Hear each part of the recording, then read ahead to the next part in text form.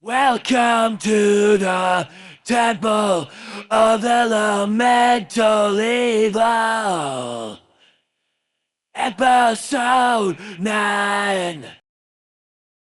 I am Dreadmore, your Dungeon Master, and these are your players for Episode 8. Nyraxis, a third-level infernal tiefling sorcerer. Malik, a third-level cleric of Polluer.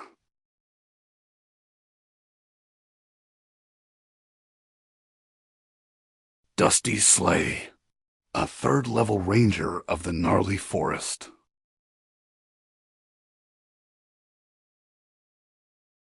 Octavius, a third-level stone giant Goliath wizard. Cantor, a third-level orc monk.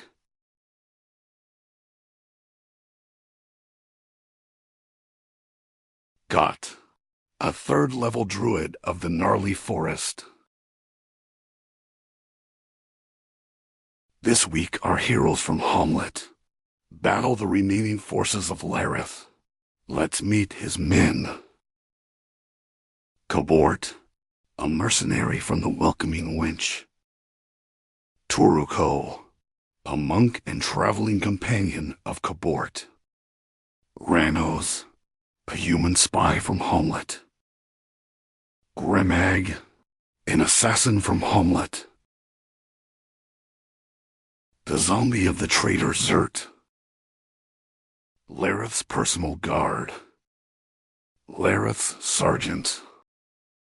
Lareth's lieutenant. And Lareth the Beautiful, an evil cleric. During the morning breakfast, the innkeep ostler told the party that Zert had been renting a room here for a few months, that if he was an agent of the Elemental Eye, then they could have his room key for investigation. The party exchanged this info and key for a keg of brandy and a barrel of salted meat. For this generosity, Ostler told them some extra information. That last night, at least 3 figures were seen leaving Hamlet towards the moat house. After breakfast, our party of adventurers dispersed across the village for different purposes. Malik hired Nira, a money changer for the village of Hamlet.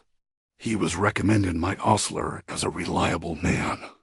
He was to use their newly acquired warhorse to travel to Verbabonk and hire 10 laborers while also picking up required building supplies to complete construction of the Church of Pollor being erected in Hamlet. Nyraxis went to the Church of St. Cuthbert.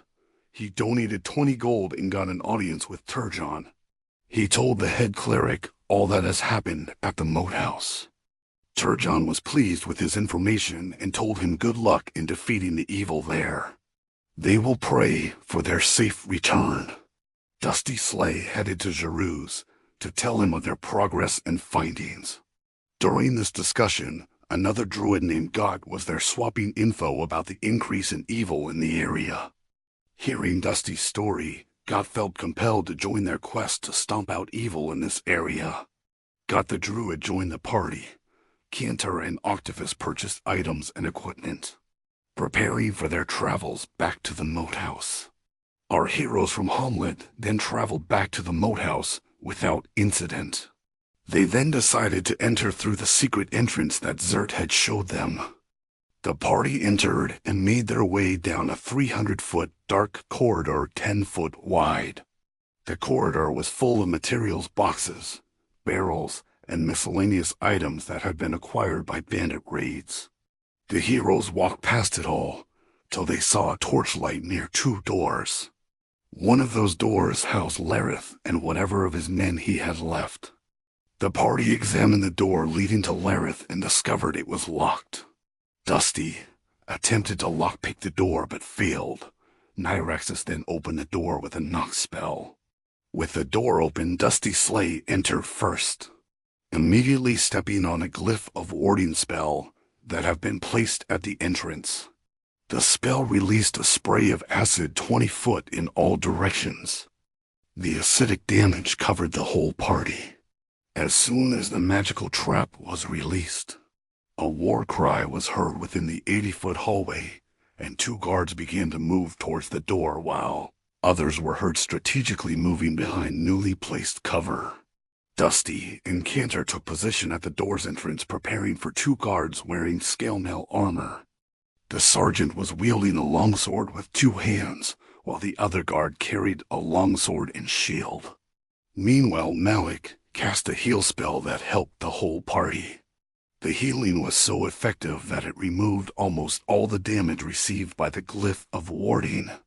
The rest of the party attacked with ranged spells on the 2 guards at the doorway. The trap was set, and our group of adventurers had fell into it. That's when the closed door heading northwest suddenly opened, revealing a man named Kabort wearing scale mail armor, carrying a sword and shield. Also, a monk named Taruko entered the room wielding a quarterstaff. The enemies rushed in, attacking the northern side of the party. Following that, 2 invisible figures took shape after delivering sneak attacks. They had been invisible from a dust of disappearance magical item.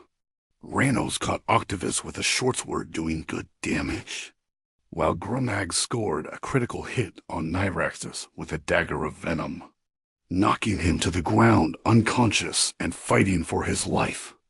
The sergeant and regular guard at the entrance continue attacking Dusty and Cantor. Got the druid cast a spike growth spell into the 80-foot hallway, putting a halt on all guards rushing from that direction. Octavius then cast sleep on Kabort and Taruko, causing both to become unresponsive. The following round, the monk Taruko fell into a deep slumber on the floor, while Kabort resisted the sleep spell's final effect. Kabort continued striking God and Octavius with melee attacks. Out of nowhere, the doorway entrance and surrounding areas became completely silenced by a silent spell that nullified the hero's spellcasting ability. At this point, melee was the only source of combat within Lareth's established kill zone. Lareth then decided to remove the spell spike growth with a dispel magic spell. This dangerous terrain would no longer keep Lareth's men at bay. This allowed Lareth's lieutenant and the zombie of Zert to proceed into combat from the 80-foot hallway, adding more chaos to the battle. Dusty moved from the enemies at the door and shifted his attacks to the 2 assassins that had attacked the party earlier. God the Druid also directed his attention and attacks to the backstabbers, while Malik tried to heal his comrades with first aid kits. After doing so, Malik retreated to the northwestern hallway outside the silent zone. Octavius followed him. Both were out of combat and the silenced area of effect. Cantor was surrounded by the lieutenant, Ranos, and the zombie of Zert. Cantor fought with precision, striking and evading his opponents. Seeing this, Lareth focused his attention on Cantor. Lareth lead off his magic attacks with a blindness spell on Cantor, but the monks will prove too strong. Lareth then followed up with a hold person spell which held the monk for 6 seconds before he overcame the spell's grip on him. Lareth then cast a command spell next, which caused Cantor to grovel on the ground, leaving him in a prone position for 6 seconds. Making the most of the monk's unfavorable position, Lareth's men got a few good hits in on Cantor before he sprung up and began to eliminate the lieutenant and zombie of Zert. Both would fall by Cantor's hand. Inspired by Cantor's actions, Dusty attacked with vigor, removing Ranos the rogue spy from combat with savage attacks from his great axe, while God the Druid dealt with the remaining threat, Gremag the assassin, on the east side of the kill zone.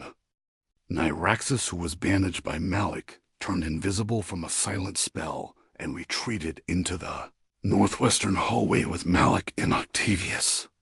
From there, Kabort woke up Taruko and then moved into the northwestern hallway and attacked Octavius. Taruko was then immediately struck down by Dusty's great axe. After a few rounds of melee and magic exchange between the 2 groups, Kabort fell dead at Octavius's feet. Sensing doom, Lareth casted the Spirit Guardian spell. which caused evil spirits to attack and slow down Lareth's enemies within a 15-foot radius emitting from him. As Lareth moved in, his spirit guardians began to wound the affected heroes with necrotic damage. This caused Kianer to withdraw into the northwestern hallway. Seeing that his assassin Grimag was still alive and battling Dusty and got the druid on the eastern side, Lareth decided to press his position into the northwestern hallway where 4 of the heroes were bunched up. Moving up, Lareth attacked Octavius with his magical staff and mace, doing minimal damage, while the spell spirit guardians caused necrotic damage to Octavius, Malik, and Nyraxus. This is where our story ends for this week. Do our heroes from Hamlet have the fortitude to resist Lareth's evil, or will they fall by his hand like so many adventures before them? Join us next week for episode 10. Can our heroes survive the evil cleric Lareth the Beautiful? Tune in to find out.